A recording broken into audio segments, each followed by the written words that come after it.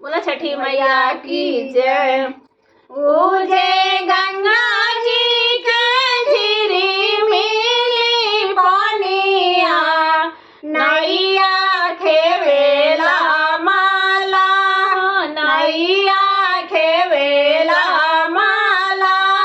उजे गंगा जी के झिली मिली पानिया, नैया खेवेला माला, नैया खेवेला माला। उजे ताई नैया उतरेले सूरज बाबा, ए छठिया मैया के साथ, ए छठिया मैया के साथ। उजे दाई नैया उतरेले सूरज माला, ए छठिया मैया के साथ, ए छठिया मैया के साथ। उजे गोदी भरल उतरेला बालकवा, जाटा भुइया लोटी जाए, जाटा भुइया लोटी जाए। उजे गंगा जी के झिली मिली पानिया, नैया खेवेला माला, नैया खेवेला माला।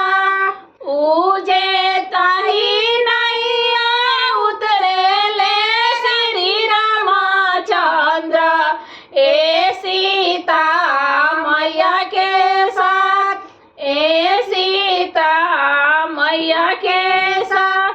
उजे गोदी भरल उतरेला बालकवा, जाटा भुइया लोटी जाए, जाटा भुइया लोटी जाए।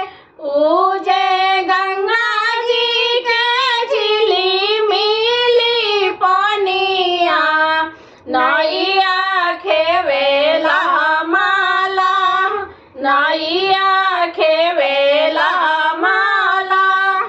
उजे ताही नैया उतरेले सेवक लोग, ए सेवक लोग के साथ, ए सेवैया लोग के साथ। उजे गोदी भरल उतरेला बालकवा, जाटा भुइया लोटी जाए, जाटा भुइया लोटी जाए। उजे गंगा जी के झिली मिली पानिया, नैया खेवेला माला, नैया खेवेला माला। बोलो छठी मैया की जय।